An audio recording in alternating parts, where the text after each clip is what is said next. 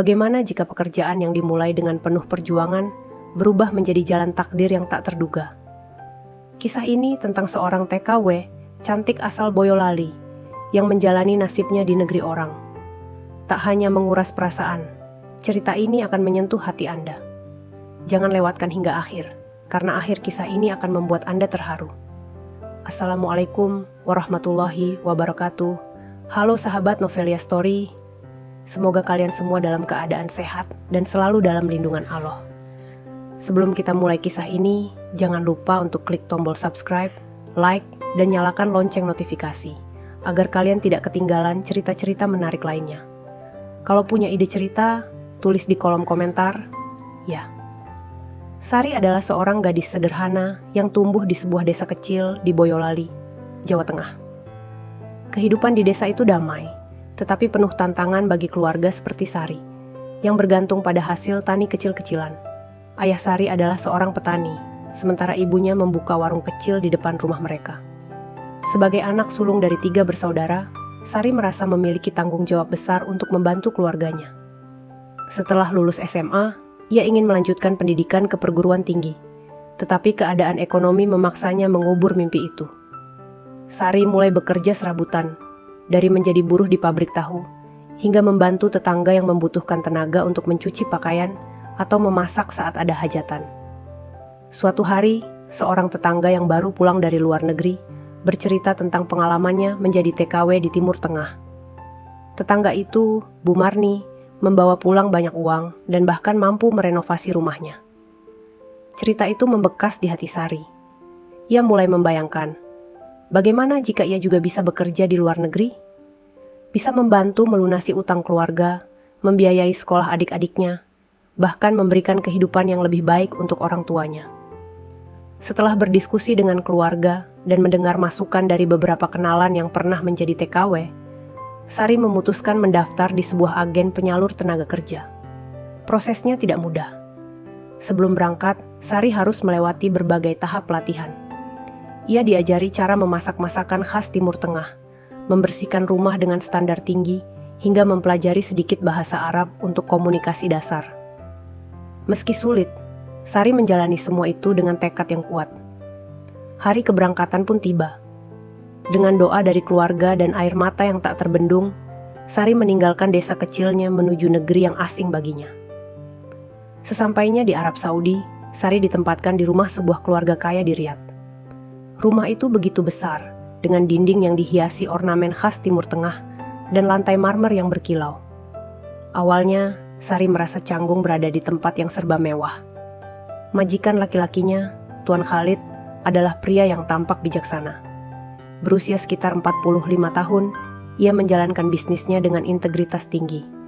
Sari sering melihat Tuan Khalid beribadah di ruang khususnya, bahkan di tengah kesibukannya. Sementara itu, Nyonya Aisyah, istri Tuan Khalid, terlihat sangat lemah. Tubuhnya kurus dan wajahnya pucat. Sari diberitahu bahwa Nyonya Aisyah sudah lama sakit, dan tugasnya selain membersihkan rumah adalah membantu merawat keluarga, terutama putra kecil mereka, Omar, yang baru berusia 5 tahun. Omar adalah seorang anak laki-laki yang ceria, tetapi ia sering tampak kesepian. Sebagai anak tunggal, ia tidak memiliki teman bermain di rumah sebesar itu. Kehadiran Sari membawa warna baru bagi kehidupan Omar. Setiap pagi, Sari membantu Omar bersiap untuk berangkat ke taman kanak-kanak. Ia menyisir rambut Omar yang halus, memakaikan seragam kecilnya, dan menyiapkan bekal makanan yang disukai Omar. Di perjalanan menuju sekolah, Omar sering menggenggam tangan Sari dengan erat, seolah tidak ingin jauh darinya. Mereka berbicara tentang banyak hal, meski kadang Sari kesulitan memahami kata-kata Arab Omar. Namun, tawa kecil Omar selalu menjadi hiburan bagi Sari di tengah rasa rindunya kepada keluarga di kampung. Ketika Omar tidak sekolah, Sari sering menghabiskan waktu bersamanya di rumah. Mereka bermain di halaman belakang yang luas, menggambar di buku gambar, atau sekadar menonton kartun di televisi. Sari, yang pada awalnya merasa tugas itu hanya bagian dari pekerjaannya, mulai merasakan kasih sayang yang tulus kepada Omar. Ia merawat anak itu dengan sepenuh hati, seolah Omar adalah darah dagingnya sendiri. Hal ini tidak luput dari perhatian Nyonya Aisyah. Meski lemah, Nyonya Aisyah sering duduk di kursi dekat jendela, memperhatikan bagaimana Sari merawat Omar. Ia melihat senyum Omar yang semakin ceria sejak kehadiran Sari. Ada ketulusan dalam setiap tindakan gadis muda itu, sesuatu yang jarang ia temui dalam orang lain. Di malam hari, saat Omar tertidur, Sari sering duduk di kamar kecilnya, merenungkan kehidupannya. Ia merasa bersyukur, meski jauh dari keluarga, ia diberi kesempatan untuk membantu keluarga lain dan memberikan kebahagiaan kepada seorang anak kecil. Namun, pekerjaan itu tidak sepenuhnya mudah. Ada saat-saat ketika Sari merasa lelah, terutama ketika Omar sedang rewel atau Nyonya Aisyah membutuhkan perhatian ekstra. Namun, setiap kali ia mengingat wajah bahagia Omar atau senyuman lembut Nyonya Aisyah, semua kelelahan itu sirna. Sari merasa bahwa pekerjaannya bukan sekadar kewajiban, tetapi juga bentuk ibadah. Ia percaya bahwa kebaikan yang ia berikan pada keluarga ini akan membawa berkah bagi dirinya dan keluarganya di kampung halaman. Hari-hari berlalu dan kondisi kesehatan Nyonya Aisyah semakin memburuk. Ia yang sebelumnya masih bisa duduk dan berbicara dengan Omar di sore hari, kini lebih sering terbaring di tempat tidur. Tubuhnya yang sudah lemah semakin tak berdaya, dan setiap kata yang keluar dari bibirnya terdengar seperti butiran pasir yang jatuh perlahan. Sari sering membantu menggantikan posisi bantal, menyuapinya, atau sekadar memijat kaki Nyonya Aisyah, agar ia merasa sedikit lebih nyaman. Meski Nyonya Aisyah tidak sering berbicara panjang, ia selalu menatap Sari dengan pandangan yang dalam, seolah ada sesuatu yang ingin ia sampaikan. Pada suatu sore yang sepi, setelah Sari menyelesaikan tugas-tugas rumah, ia dipanggil ke kamar oleh Nyonya Aisyah. Dengan suara yang lemah, Nyonya Aisyah meminta Sari duduk di sampingnya. "Sari, ada sesuatu yang ingin aku bicarakan," katanya dengan nafas yang terputus-putus. Sari mendekat, menatap wajah Nyonya Aisyah yang semakin pucat. "Aku berterima kasih padamu.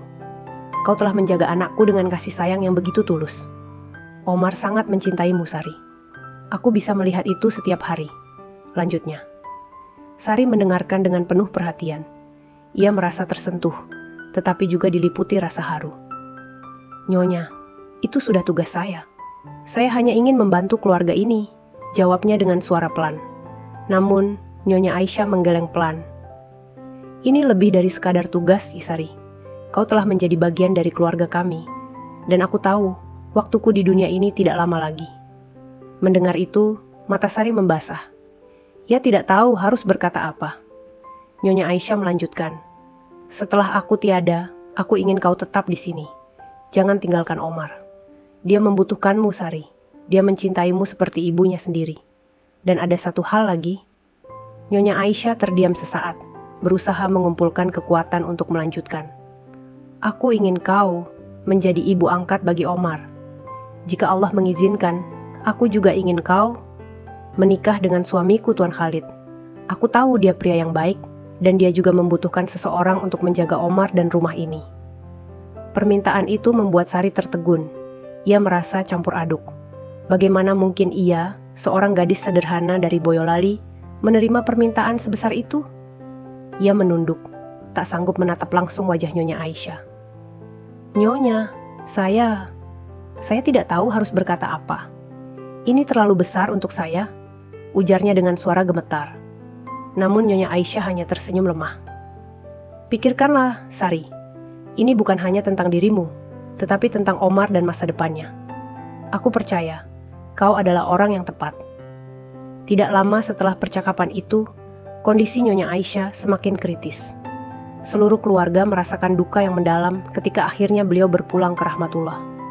Rumah besar yang biasanya dipenuhi suara kecil Omar, dan aktivitas sehari-hari kini terasa begitu sunyi. Kepergian Nyonya Aisyah meninggalkan luka mendalam, terutama bagi Omar yang terlalu kecil untuk memahami apa yang sebenarnya terjadi. Setiap hari, Omar mencari-cari keberadaan ibunya. Ia sering berdiri di depan pintu kamar Nyonya Aisyah, memanggil, "Mama, Mama di mana?" Suaranya yang polos dan penuh harapan memecah keheningan rumah. Sari, yang menyaksikan itu semua, merasa hatinya seperti dihimpit beban yang berat. Ia mencoba menjelaskan dengan cara yang sederhana bahwa mamanya kini telah pergi ke tempat yang lebih indah, tetapi Omar tetap tidak mengerti. "Kenapa Mama tidak kembali?" tanya Omar dengan mata yang mulai berkaca-kaca. Sari memeluk Omar erat-erat, mencoba menenangkan anak itu dengan kata-kata lembut. "Mama mencintaimu, Omar. Dia selalu ada di hatimu, dan dia pasti ingin kau bahagia," ujarnya sambil menahan tangis. Seiring waktu, Omar mulai menemukan rasa aman dalam pelukan Sari. Ia semakin lengket dengan wanita muda itu, sering memanggilnya Umi Sari tanpa ragu. Hubungan antara keduanya menjadi semakin erat, bagaikan ibu dan anak kandung. Di sisi lain, Tuan Khalid menghadapi duka dengan caranya sendiri. Sebagai pria yang taat beribadah, ia sering menghabiskan malam-malamnya dalam doa dan zikir, memohon kekuatan kepada Allah untuk melanjutkan hidup tanpa istrinya. Ia juga mulai memperhatikan bagaimana Sari memainkan peran yang begitu penting dalam menjaga Omar dan rumah tangga mereka. Setiap kali ia melihat Omar tertawa bersama Sari, ia merasa sedikit lebih ringan dari beban kesedihannya. Namun, Tuan Khalid juga sadar akan amanah besar yang ditinggalkan oleh istrinya. Suatu malam, setelah Omar tertidur, ia memanggil Sari untuk berbicara di ruang tamu. Dengan nada yang tenang tetapi penuh ketulusan, ia mengungkapkan isi hatinya. "Sari, aku tahu ini bukan hal yang mudah untuk dibicarakan. Tapi istriku, Aisyah, pernah meminta sesuatu kepadaku sebelum dia meninggal. Dia ingin aku menjagamu di rumah ini, tidak hanya sebagai bagian dari pekerjaanku, tetapi sebagai bagian dari keluarga ini." Sari mendengarkan dengan kepala tertunduk. Ia tahu arah pembicaraan ini, tetapi hatinya masih ragu. Tuan Khalid melanjutkan, "Aku menghormatimu, Sari. Aku melihat bagaimana kau merawat Omar, bagaimana kau membawa kebahagiaan kembali ke rumah ini, meski kami dalam duka. Aku ingin kau tahu bahwa permintaan ini bukan hanya tentang aku, tetapi tentang Omar dan keluarga ini. Aku ingin kau menjadi bagian dari kami, sebagai istri dan ibu angkat Omar." Sari terdiam, hatinya berkecamuk. Ia merasa terhormat, tetapi juga bingung. Setelah beberapa saat, ia mengangguk perlahan. "Saya butuh waktu untuk merenungkan ini, Tuan. Ini adalah keputusan besar, dan saya ingin memastikan bahwa ini adalah yang terbaik untuk semua orang," jawabnya dengan suara pelan. Tuan Khalid menghormati keputusannya, memberikan waktu yang diperlukan. Bulan demi bulan berlalu setelah kepergian Nyonya Aisyah. Dalam waktu tersebut, rumah yang besar dan megah itu perlahan-lahan mulai kembali dipenuhi aktivitas, meski bayang-bayang duka masih terasa. Omar semakin dekat dengan Sari. Bagi anak kecil itu, Sari bukan hanya sosok pengasuh, tetapi juga pengganti ibunya yang telah tiada. Setiap hari, Omar menunggu Sari menemaninya bermain di taman belakang. Mereka bermain kejar-kejaran di antara pohon-pohon kurma kecil yang tumbuh rapi, atau duduk di bangku batu, membaca buku cerita yang selalu membuat Omar tertawa ceria. Sari tidak hanya merawat Omar, tetapi juga mengajarkan nilai-nilai kehidupan yang sederhana. Ia mengajarkan Omar untuk berterima kasih setiap kali makan dan berdoa sebelum tidur. "Kalau Omar berdoa, nanti Mama di surga akan bahagia," kata Sari lembut. Sementara itu, Tuan Khalid, meskipun masih sering terlihat tenggelam dalam kesibukan kerja, mulai memperhatikan bagaimana kehadiran Sari telah membawa ketenangan di rumah itu.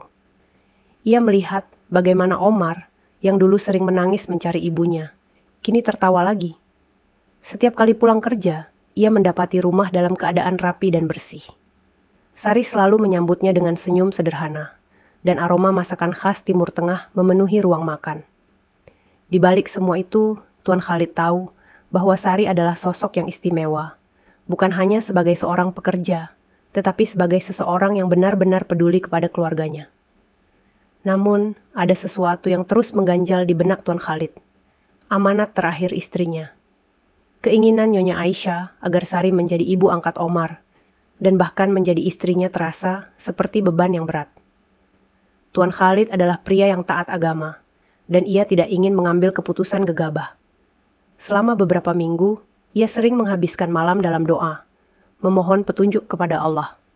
Ia juga berdiskusi dengan saudara dan sahabat terdekatnya, meminta saran mereka tentang bagaimana menjalankan amanat ini tanpa melukai perasaan siapapun, termasuk Sari. Akhirnya, pada suatu malam yang tenang, Tuan Khalid memutuskan untuk berbicara dengan Sari. Ia menunggu hingga Omar tertidur, kemudian memanggil Sari ke ruang keluarga. Dengan suara yang lembut tetapi penuh kesungguhan, ia berkata, "Sari, aku tahu ini mungkin bukan pembicaraan yang mudah untukmu. Tapi aku ingin berbicara tentang amanat istriku Aisyah. Aku telah memikirkan ini dalam-dalam, dan aku ingin menjalankan apa yang dia inginkan. Bukan karena paksaan, tetapi karena aku percaya kau adalah orang yang tepat untuk Omar dan untuk keluarga ini." Sari, yang mendengar kata-kata itu, merasa hatinya bergetar. Ia tidak pernah membayangkan bahwa kehidupannya akan sampai pada titik ini. Ia menunduk, tidak berani menatap langsung ke mata Tuan Khalid. "Tuan, ini terlalu besar untuk saya. Saya hanyalah seorang gadis desa, dan saya tidak yakin pantas menjadi bagian dari keluarga Anda," jawabnya dengan suara pelan. Namun, Tuan Khalid menggeleng. "Kesederhanaanmu, ketulusan hatimu, itulah yang membuatmu pantas, Kisari. Tidak ada yang memaksamu untuk menerima ini. Tapi aku ingin kau tahu bahwa aku tulus." Setelah malam itu, Sari meminta waktu untuk berpikir. Ia merasa bingung, terharu, sekaligus takut. Dalam doanya, ia memohon petunjuk kepada Allah, berharap diberikan kekuatan untuk membuat keputusan yang terbaik. Ia juga menelepon keluarganya di Boyolali, menceritakan semuanya dengan hati-hati. Awalnya, ibunya terkejut mendengar cerita itu. Tetapi setelah mendengar bagaimana Sari telah membawa kebahagiaan bagi keluarga tersebut, ia berkata, "Nah, jika itu takdir Allah untukmu, jalani dengan ikhlas. Kami akan selalu mendukungmu." Setelah mempertimbangkan dengan matang dan mendengarkan restu keluarganya, Sari akhirnya menerima lamaran Tuan Khalid. Pernikahan mereka dilangsungkan dengan sederhana di rumah keluarga, dihadiri oleh kerabat dekat Tuan Khalid dan beberapa teman keluarga. Tidak ada pesta besar atau perayaan mewah, tetapi ada suasana khidmat dan haru yang menyelimuti acara tersebut. Tuan Khalid dengan penuh penghormatan mengucapkan ijab kabul, sementara Sari merasa hatinya dipenuhi campuran rasa syukur dan kebahagiaan. Ia sadar, hidupnya telah berubah sepenuhnya. Setelah menikah, peran Sari di keluarga itu semakin berarti. Ia tidak hanya menjadi istri bagi Tuan Khalid, tetapi juga ibu angkat bagi Omar. Omar, yang sebelumnya sering merasa kehilangan, kini menemukan sosok ibu yang selalu ada untuknya. Setiap pagi, Sari menyiapkan sarapan untuk keluarga kecilnya. Ia dengan penuh kasih menata meja makan, memastikan semuanya sempurna untuk Omar dan Tuan Khalid. Suasana rumah yang dulu terasa hampa kini kembali hidup, dipenuhi canda tawa Omar dan kehangatan keluarga. Namun, peran baru ini bukan tanpa tantangan. Sari harus belajar banyak hal untuk menyesuaikan diri sebagai istri seorang pebisnis sukses dan ibu dari anak kecil yang sedang tumbuh. Ia belajar lebih dalam tentang budaya Arab, mengikuti kelas memasak untuk menyempurnakan hidangannya, dan bahkan mulai belajar membaca Al-Quran bersama Omar. Setiap malam, ia membacakan cerita untuk Omar sebelum tidur. Seringkali diselingi dengan pesan-pesan keagamaan yang membuat Omar semakin mengenal ajaran Islam. Sementara itu, hubungan antara Sari dan Tuan Khalid juga tumbuh semakin hangat. Meski awalnya pernikahan mereka dilandasi amanat dari Nyonya Aisyah, seiring waktu, mereka mulai saling menghormati dan menghargai satu sama lain. Tuan Khalid sering mengajak Sari untuk berdiskusi, baik tentang pekerjaan rumah tangga maupun tentang hal-hal kecil dalam kehidupan sehari-hari. Ia juga tidak ragu untuk memuji Sari di depan Omar, mengatakan betapa beruntungnya mereka memiliki sosok seperti Sari di dalam hidup mereka. Kini, Sari menjalani hidup barunya dengan penuh rasa syukur. Ia tidak pernah membayangkan bahwa keputusannya menjadi TKW akan membawanya pada takdir yang luar biasa ini. Meski ia jauh dari kampung halamannya, ia merasa telah menemukan keluarga baru yang mencintainya dengan tulus. Setiap malam, ketika Omar tidur di pelukannya dan Tuan Khalid tersenyum padanya dari ruang kerja, Sari tahu bahwa ini adalah bagian dari rencana Allah yang indah. Ia tidak lagi merasa sebagai orang asing di negeri orang, tetapi sebagai bagian dari keluarga yang ia cintai sepenuh hati.